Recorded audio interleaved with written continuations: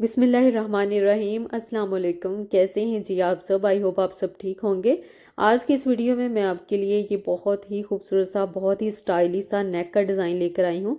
आपने पिक्चर जो है वो तो देख ली है कि फ्रंट और बैक साइड से ये किस तरह से बनेगा। ये मेरा खद्दर का ड्रेस है, एम्ब्रॉयडरी ड्रेस है। इसकी फ्रंट साइड पर मैं ये नेक जो है वो बनाऊंगी और बैक साइड पर भी हम सेम इसी तरह का बनाएंगे।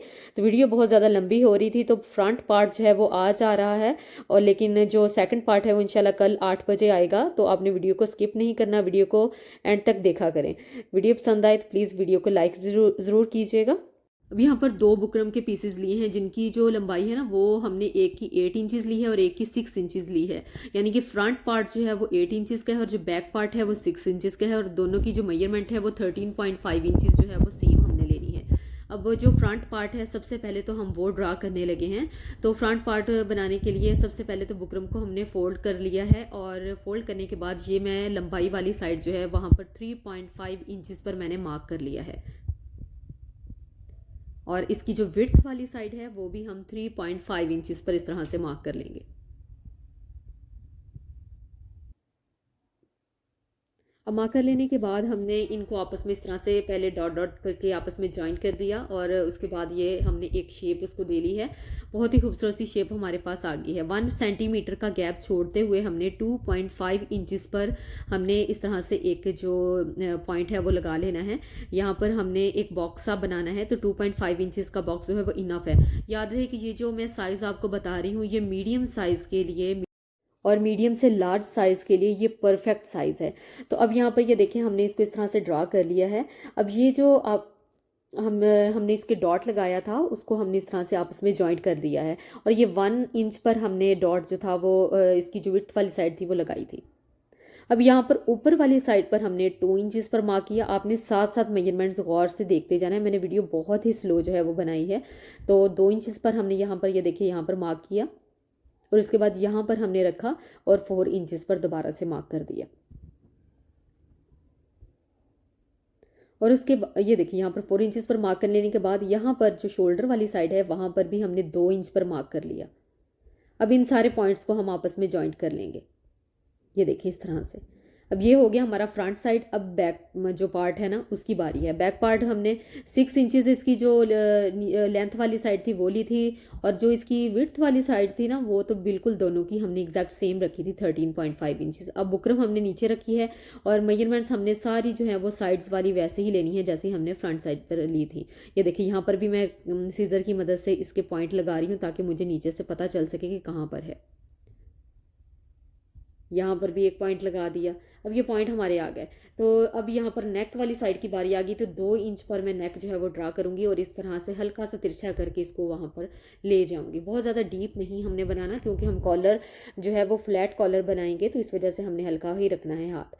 1.7 इंचज़ पर हमने मार्क किया। याद रहे कि फ्रंट साइड पर हमने 2 इंच पर मार्क किया था और लेकिन बैक साइड पर हमने 1.7 इंचज़ पर मार्क किया। तो ये दोनों मेजरमेंट्स हमारे पास सेम ही आ गई हैं। अब यहाँ से जैसे हम नेक नॉर्मली कट करते हैं ये बिल्कुल वैसे ही मैंने यहाँ पर 0.25 इंच या फिर 1 इंच का कह लें यहाँ पर एक्स्ट्रा कट करने के लिए मैंने यहाँ पर ये निशान आपके सामने लगा रही हूँ। दोनों की हमारे पास सेम आ गई और इसके बाद हमने इनको सीजर की मदद से अच्छे से कट कर लेना है। ये वाला पार्ट जो है ना आपने मिस नहीं करना। ये आपने बिल्कुल ऐसे ही शेप इसकी कट करके निकाल लेनी है फ्रंट और बैक नेक की, क्योंकि इन्हीं की मदद से हम जो है अपना फ्लैट कॉलर बनाएंगे। अगर मेजरमेंट्स आपकी आपसे कहीं भी गुम हो जाती हैं तो कभी भी आपका फिर फ्लैट कॉलर नहीं बन पाएगा। तो आपको ये संभाल के रखनी है। तो ये बैक साइड मैंने कटिंग कर ली है। अब फ्रंट साइड की बारी है तो वो भी हम बिल्कुल इसी तरीके से मैंने ये देखिए कट कर ली है। दोनों हमारे पास आ गई हैं। आई होप आपको अच्छे से समझ आ गई होगी। मैंने हर चीज़ डिटेल से एक्सप्लेन की है।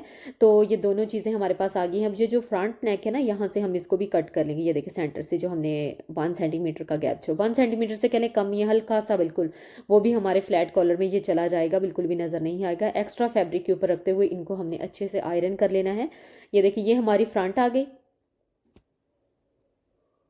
और ये हमारी बैक आ गई। बैक को भी अगर आप देखें तो मैंने सेंटर से इसको कट कर दिया था बैक को, क्योंकि पीछे वाली साइड पर हमने जो है वो टिच बटन कह लें या कोई भी बटन या हुक हमने लगानी है, तो इस वजह से हमने इसको कट किया है।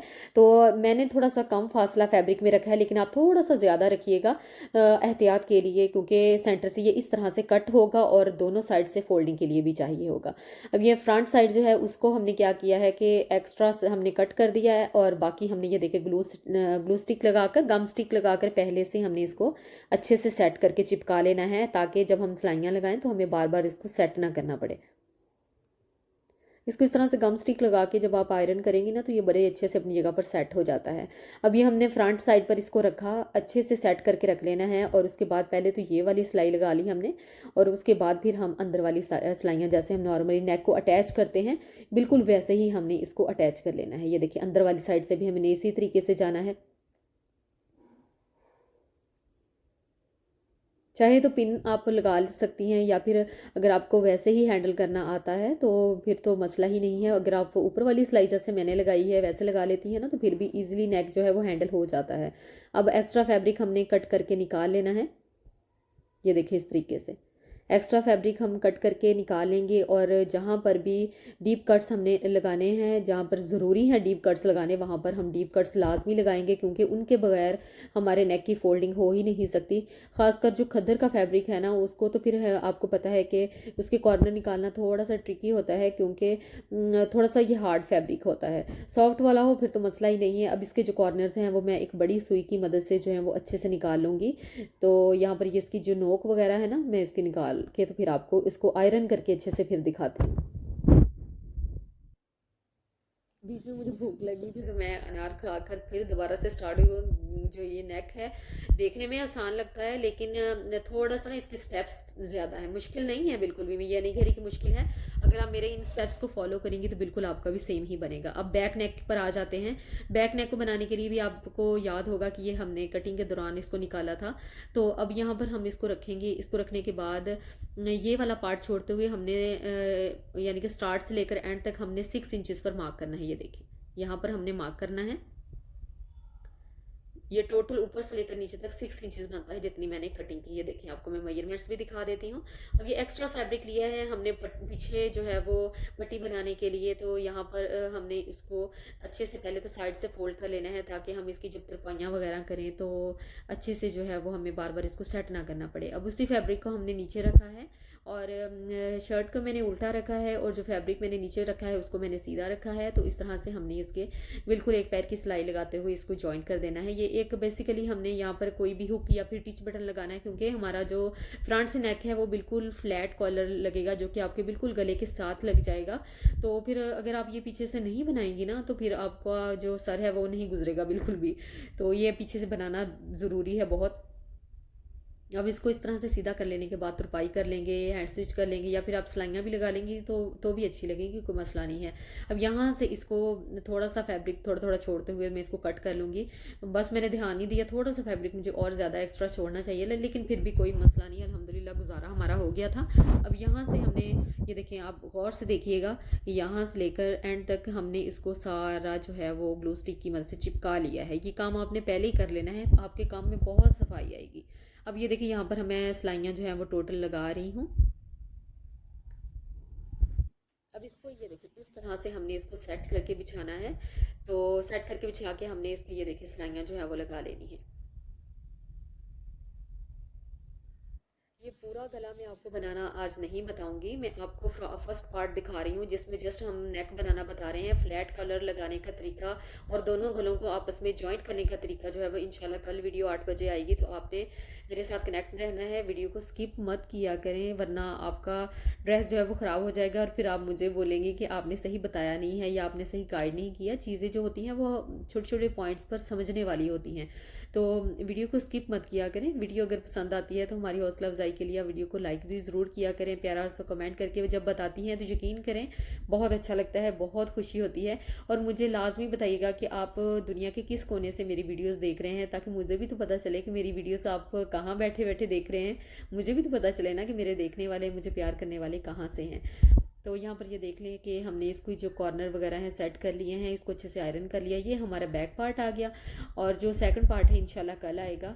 तो ये बैक पार्ट इसका आ गया और फ्रंट पार्ट जो है वो भी आप देख सकते हैं कि ये वाला है। इनको आपस में जॉइंट करने का तरीका मैं इंशाल्लाह कल बताऊंगी। अपना बहुत सारा ख्याल रखिएगा। वीडियो पसंद आती है तो प्लीज़ वीडियो को लाइक ज़रूर कीजिएगा, प्यारा सो कमेंट करके भी बताइएगा कि आपको वीडियो कैसी लगी, और कॉमेंट करके भी मुझे बताइएगा कि आप वीडियो कहाँ से देख रहे हैं। अपना बहुत सारा ख्याल रखिएगा, मुझे भी दुआ में याद रखें। अल्लाह।